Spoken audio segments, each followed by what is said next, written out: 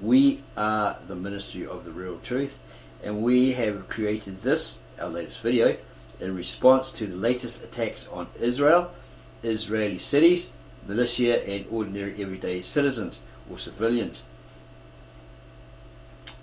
As for some uncanny reason, we were suddenly reminded of the book of Revelation in the original ancient, very old Galilean-Aramaic manuscripts or scriptures, translated into the nearest English equivalent by the native-born Aramaic-speaking translator, filmmaker from Mesopotamia, Syria, Victor Nimrod Alexander. In particular, chapters 17 to 19 of the book of Revelation, which speak of John the Revelator having a vision of future events or prophecies to come to happen. These chapters speak of a great prostitute, this meaning a particular nation that has sold itself or solicited itself out to kings or queens of other nations, authorities, rulers, etc., through their merchandise, their traders, their merchants, their traders, of her goods available of various sorts and various types, which in turn has made her very, very rich. These kings or these rulers, these in authority, have parlayed with her in exchange for not only her goods, merchandise, etc., but also power, blessings, etc., given by her in exchange in return. Favours done in return. The nations are many. The nations are united for said just reasons. There's a certain amount of nations that are united for said just reasons, but perhaps behind the scenes could also be doing all for corrupt reasons, as they have a hidden motive or agenda, a new world order. John the Revelator, in the book of Revelations, saw a woman, was shown a woman, a prostitute, an ancient prostitute, sitting on a red dragon, which is symbolic of a beast, dragon, which is the old ancient name for Satan, the devil, the snake or serpent or reptilian or reptile, that was full of blasphemies. It uttered blasphemies, which are false claims, nonsense against the Most High God, the kingdom of heaven and its host, etc. These are all in regard to God, Christ, etc. He exclaims that she was covered in purple. The colour purple is of royalty, it's a sign of royalty. She is a queen, she sits a queen where she's situated, where she's located. She's covered in precious stones and pearls, possibly gold, and in her hand she holds a golden cup. Perhaps this is symbolic of the Holy Grail that Jesus and the 12 disciples drank from at the Last Supper, which is filled with the filth and uncleanness of her prostitution or whoredom or solicitation on earth with these kings, those in authority, those in power of other nations, from other nations.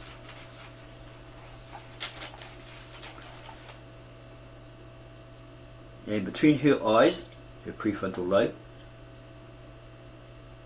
area, or her mindset, she is a harlot, a whore, a false church or belief system, religious belief system, masquerading as of God when in reality it is of the devil, as it is plagued with many vices, crimes, perversions, etc.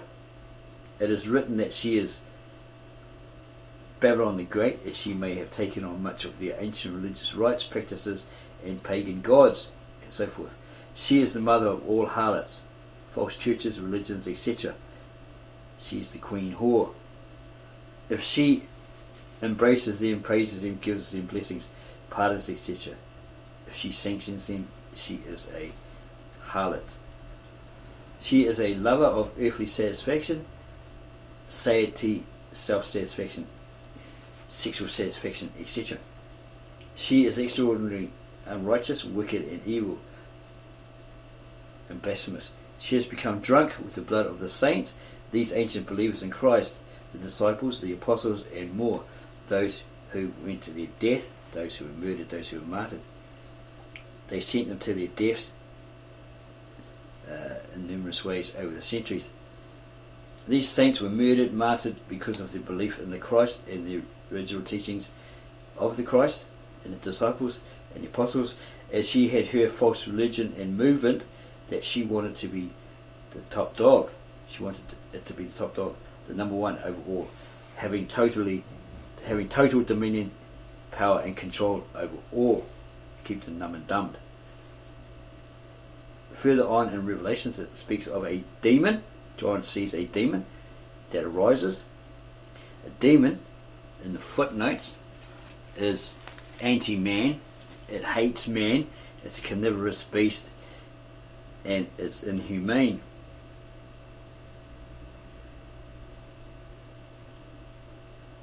This is a carnivorous beast, a nation, and people were amazed by this nation. It's hinting, go back into history to discover it was Rome. From the time of the Caesars, Caesar Augustus, in the days of Jesus' ministry, and then Nero, Vespasian, Domitian, Caligula, etc., all declared through decree or laws created by the then Roman Senate or senators that the Caesars were to be deified, they were to act like gods, or be regarded as gods, or descendants of the gods. They themselves then proclaimed themselves gods, etc. And then the Senate, along with the agreement of the Caesars possibly, had images, likenesses made, i.e. statues, that all should pay homage or bow down to or face severe punishment for not doing so. And that's what happened to a lot of Christians in that era who believed in the one true God and not to worship idols and all that sort of stuff, images. So they were put to death, severely punished or put to death. Further in the chapters, a demon, 5 demons are spoken of, united or trying to dominate, rule the world, who all vanished or were destroyed. But another arose in its place that was nearly destroyed but recovered.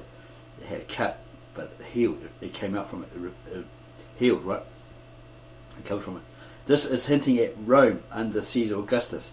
When he returned from his distant European campaigns, etc., he restored Rome to a republic, which the people loved and loved him for, and then worshipped him for doing so. Check out the histories. Do your personal research. Don't rely on us. This is just what we found through our personal research. Go do your own to verify these statements as established facts. Find the evidence that proves the evidence, etc.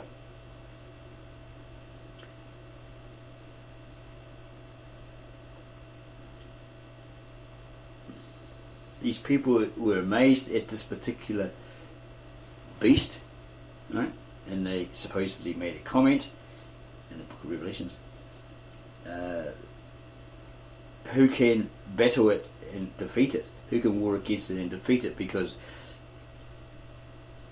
the Roman army was made so ferocious, so powerful, that everywhere they went, they invaded, they conquered everybody, right? Nobody could defeat them. So again, the people in Revelation, in the book of Revelation, or the gospel or messenger said to John, the angel or messenger said to John, or even John exclaimed himself, who can battle it and defeat it? Nobody could beat Rome. It's too powerful. It's a great military force. Apparently this particular beast or kingdom sits on 7 hills, which are said all located in Rome, etc. In the original ancient very old Galilean-Aramaic scriptures in Revelations, it reads as one that attempted to create satellite states similar to its own in thought, deed, creed, i.e. communism. This is at a later date. These being friends of the Soviet Union around 2015, China, Korea, Cuba, etc. And at some point they would unite and go forth and totally annihilate, destroy the harlot, as they really, really hate her. As she is the mother, all kings receive power from her. They suck up to her. She seduces them all. They are prostituted to her because she represents the free will, democracy, etc. She's part of that with these united nations. She rules as a queen. She sits on those hills as a queen, as of a queen. So they must totally eradicate her, take her over in order to rule all in her place. Yeah, they should all rule united. All of communism should rise to great power through this. Okay, so we hope that you enjoyed this video so far, that it was very informative, opened your eyes to what's really written in the original ancient, very old book of Revelation from the Galilean-Aramaic, translated into the nearest English equivalent by a native-born Aramaic speaker, translator, filmmaker, and Mesopotamian historian buff, Victor Nimrod Alexander from Mesopotamia, Syria. If so, subscribe to our channel, give us a like, add your comments below, and then go share this video with all your family, friends, neighbours and others. They may be they'll be in need of better understanding of what Revelation actually says, because there's a lot of phony baloney claims out there being preached, being taught to people through these later corrupted modern Americanized English modern Bible versions that everyone has today, that they're reading from, teaching from, proclaiming it to be